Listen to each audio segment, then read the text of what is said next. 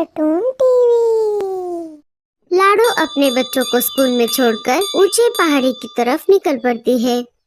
तभी रास्ते में उसे मीनू मौसी मिल जाती है। क्यों लाडो, कहाँ जा रही हो इतनी जल्दी में? मीनू मौसी, अभी थोड़े ही दिनों में दिवाली आने वाली है ना, तो मैं इस बार मिट्टी के दिए बनाने के लिए ऊंचे पहाड़ी की तरफ मिट्टी लाने के लिए जा रही थी। मैं मिट्टी के दिए बनाकर बाजार में बेचने वाली हूँ। अच्छा, ऐसी बात है।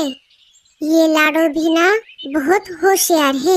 इस बार मैं मिट्टी के दिए बनाने वाली थी, क्योंकि इसमें मेहनत कम लगती है और मुनाफा ज्यादा होता है। अब मुझे कोई दूसरी चीज का व्यापार करना होगा। अरे मीनू मौसी, क्या हुआ? आप कहाँ पर खो गई? वैसे आप बताओ, आप इस बार कौन सी दुकान लगाने वाली हो? मैं भी इस बार मिट्टी के ही दिए बनाकर बेचने का सोच रही थी, पर जाने दो। अगर मैंने दिए बनाए और वो नहीं बिके तो मेरी सारी मेहनत पानी में चली जाएगी।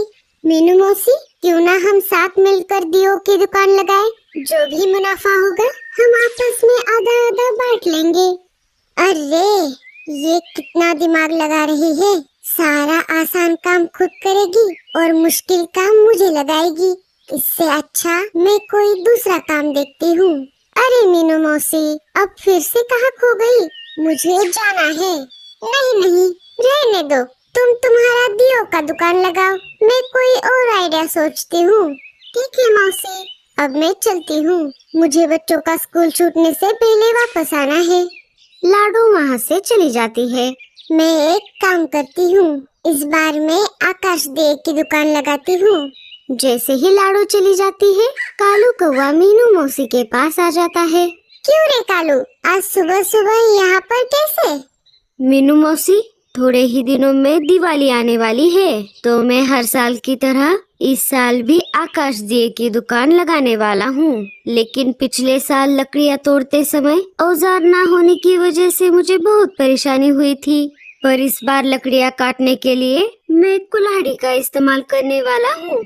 लेकिन मेरे पास तो कुल्हाड़ी नहीं है, वो आपके पास है, ऐसा मुझे सुंदर उल्लू ने बताया। वही लेने के लिए मैं आपके पास आया था। अरे, एक कुल्हाड़ी के लिए इतनी बड़ी कहानी सुनाने की क्या जरूरत थी? सीधे सीधे मांग नहीं सकते? लकड़ियाँ काटने के लिए कुल्हाड़ी चाहिए। रुक, मैं लेकर आती हूँ। मीनू मौसी घर के अंदर जाकर कुल्हाड़ी लेकर आती है। ये ले, ठीक से इस्तेमाल करना। मीनू मौसी, जैसे ही दिवाली खत्म हो जाएगी मैं आपको आपकी कुल्हाड़ी वापस ला कर दूंगा। ठीक है, बस आते आते मेरे लिए भी लकड़ियाँ लेकर आना। मुझे ठंड के मौसम में आग जलाने के लिए काम आ जाएंगी। ठीक है मीनू मौसी, मैं लेकर आऊंगा। कालू भी कुल्हाड़ी लेकर आकाश दिए बनाने के लिए लकड़ियाँ लाने वहाँ से चला जाता है। लो, ये भी आइडिया चला गया। अब मैं क्या करूँ? मैं एक काम करती हूँ, मिठाई की दुकान लगाती हूँ। इधर लाडो ऊंची पहाड़ी पर आ गई थी और दिए बनाने के लिए लगने वाली मिट्टी जमा कर रही थी। थोड़ी ही देर में लाडो ने एक पुटली में मिट्टी जमा कर ली। चलो, मिट्टी तो मैंने ले ली। अब यहाँ से सीधा स्कूल की तरफ जाती हूँ। मेरे स्कूल पहुँचने तक स्कूल की छुट्टी भी हो जाएगी। थोड़ी ही देर में लाडो स्कूल पहुँच जाती है। स्कूल की छुट्टी हो जाती है। बच्चे क्लासरूम से बाहर आ जाते हैं। बच्चों, कैसा रहा तुम्हारा एग्जाम? अच्छा तो था ना? बहुत अच्छा था मम्मी, मैंने सारे क्वेश्चन के आंसर लिख दिए। और तुम्हारा पिंकी? मेरा भी एग्जाम बहुत अच्छा गया मम्मी, मैंने भी सारा क्वेश्चन पेपर सॉल्व किया। मेरे प्यारे और होशियार बच्चे, चलो अब घर चलते हैं। घर जाकर मुझे बहुत काम।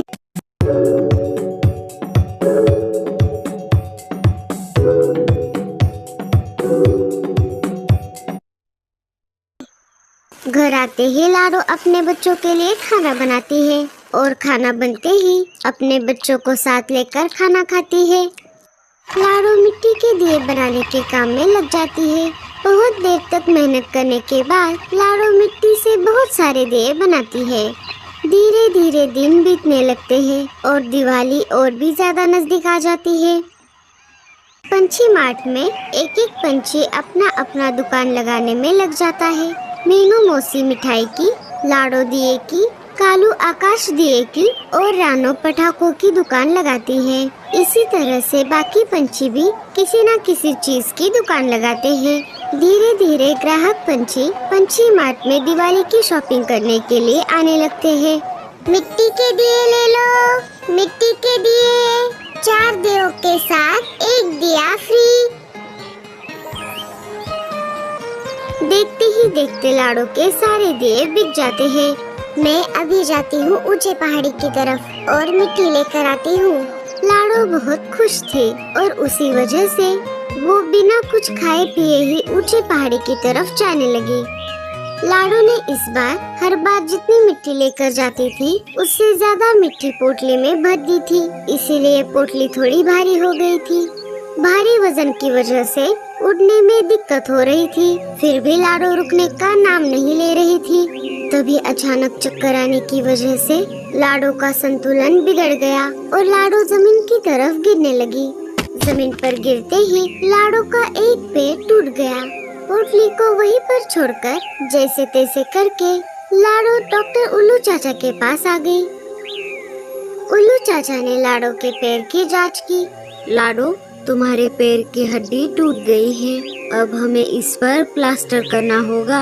अब तुम्हें कुछ महीनों तक घर पर ही रहना होगा और तुम कुछ भारी काम भी नहीं कर पाओगी। हड्डियाँ जुड़ने तक अब तुम्हें इसके सपोर्ट पर चलना होगा, वो भी जरूरत पड़ने पर। उल्लू चाचा लाडो के पैर पर प्लास्टर कर देते हैं। लाडो अब कुछ महीनों के लिए अपाहिज हो गई थी। हे ऊपर वाले, ये क्या हो गया? मेरे लापरवाही की वजह से मैं अपाहिज हो गई। अब मैं मेरे बच्चों के साथ कैसे दिवाली मनाऊंगी? ज्यादा मुनाफे के लालच में मुझसे ये बहुत बड़ी गलती हो गई। लाडो हताश हो गई, उसे कुछ समझ नहीं आ रहा था। तभी सोनू और पिंकी लाडो के पास आ जाते हैं। माँ, क्या हुआ? आप ऐसे उदास होकर क्यों बैठी हो? बच्चों, मुझे आने वाली दिवाली की चिंता है। जैसा मैंने आप दोनों से कहा था, अब इस हालत में मैं कैसे काम करूंगी? माँ, तुम चिंता मत करो, हमारे पास जो भी है हम उसी में खुश हैं। हाँ माँ, आप अभी आराम करो। सुबह हो जाती है। गोरी लाडो के घर आ जाती है। अरे गोरी, इतनी सुबह सुबह आज अचानक यहाँ कैसे? क्या बताऊँ लाडो, देखो ना, कुछ दिनों से जग्गू दिवाली की शॉपिंग करने की जिद कर रहा है। चलो ना तुम भी हमारे साथ, हम दोनों मिलकर दिवाली की शॉपिंग करेंगे। गोरी जानबूझकर लाडो के पास आ गई थी। नहीं गोरी, तुम जाकर आओ, मैं फिर चली जाऊंगी। ठीक है लाडो, मैं रानो को साथ लेकर जाती हूँ। हे ऊपर वाले, अब क्या होगा? मुझे कुछ भी करके थोड़े बहुत दिए बनाने होंगे, तब जाकर मैं मेरे बच्चों के लिए दिवाली की कुछ शॉपिंग कर पाऊंगी। लाडो कालू को मिट्टी लाने के लिए कहती है और कालू लाडो को मिट्टी लाकर देता है। पर लाडो, तुम इस मिट्टी का क्या करने वाली हो? तुम तो अब कुछ नहीं कर पाओगी। हाँ कालू भैया, मैं ये मिट्टी बचा कर रखने वाली हूँ। लाडो ने कालू कौवे को जानबूझकर झूठ बोल दिया। कालू के जाते ही लाडो ने दिए बनाने का काम शुरू कर दिया। लाडो को दिए बनाने में बहुत तकलीफ हो रही थी। उसने कुछ ही दिए बनाए थे। तभी मीनू मौसी वहाँ पर आ जाती है। अरे अरे अरे, बेचारी लाडो, अपाहिज होकर भी काम करना पड़ रहा है। मेरा तो बहुत अच्छा है रे बाबा, ना काम का टेंशन ना बच्चों का। अरे ओ लाडो, तुम क्या पूरी तरह से अपाहिज होना चाहती हो? अब बस करो, ये सब छोड़ दो। एक काम करो, ये मिट्टी मुझे दे दो, मैं इसका सही इस्तेमाल करूंगी। लाडो को मिट्टी के दिए बनाने में बहुत परेशानी हो रही थी। इसी वजह से उसने मिट्टी को मीनू मौसी को देना सही समझा। चलो, बिना कोई मेहनत किए इतनी सारी मिट्टी मिल गई। लाडो से लाई हुई मिट्टी मीनू मौसी घर लेकर आती है और उससे बहुत सारे दिए बनाती है। दूसरे दिन मीनू मौसी वो दिए लेकर पंछी मार्ट आ जाती है।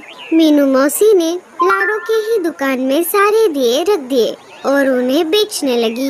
मिट्टी के दिए ले लो, मिट्टी के दिए, 1 दिए पर एक दिया फ्री, मिट्टी के दिए ले लो। मीनू मौसी, आप ये क्या कर रही हो? ऐसा करते हुए आपको जरा भी शर्म नहीं आई? उधर बेचारी लाडो अपाहिज हो गई है और आप इधर उसी का आइडिया चुराकर उसी के दुकान में आकर दिए बेच रही हो। छी, हमें आपसे ये उम्मीद नहीं थी मीनू मौसी। आप हमसे उम्र में बड़ी हो। अगर आप ही ऐसा करोगी तो हम सब आपसे क्या आदर्श लेंगे? अरे अरे अरे, तुम्हारा डांटना खत्म हो गया हो तो मैं कुछ बोलूं?